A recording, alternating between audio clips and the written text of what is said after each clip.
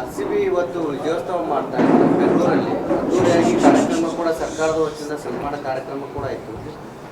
ಏನು RCB fan ಸಿಕ್ಕಾಪಟ್ಟಿ ಅಂದ್ರೆ ಜನ ಜಾಸ್ತಿ ಮಾಡ್ತಿದ್ರಿಂದ ಸುಮಾರು 10ರಿಂದ 11 ಜನ ಸತ್ತಿದ್ದಾರೆ ಅನ್ನೋದು. ಹೌದು, ಯಾಕಂದರೆ ಲೆಕ್ಕ ಮೀರಿ ಬಂದಾಗ ಅದು ನಿಯಂತ್ರಣ ಮಾಡೋದು ಪೊಲೀಸರು ಕೂಡ ಕಷ್ಟದ ಕೆಲಸ ಅಥವಾ ಯಾವುದೇ ಸಮಸ್ಯೆ. ಯಾಕಂದರೆ ಇವ್ರು ಇಷ್ಟೇ ಬರ್ತಾರ ಸಂಖ್ಯೆ ಇರೋಲ್ಲ, ಭಾಳ ಉತ್ಸಾಹದಲ್ಲಿ ಜನ ಬಂದುಬಿಟ್ಟಿದ್ದಾರೆ ಅವ್ರು ನೋಡಲಿಕ್ಕೆ, ಸನ್ಮಾನ ಮಾಡಲಿಕ್ಕೆ.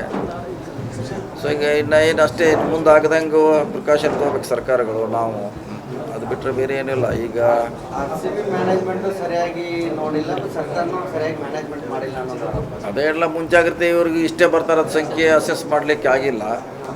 ಸೊ ಇಂಥ ಘಟನೆ ಆಗಿದ್ದಾರೆ.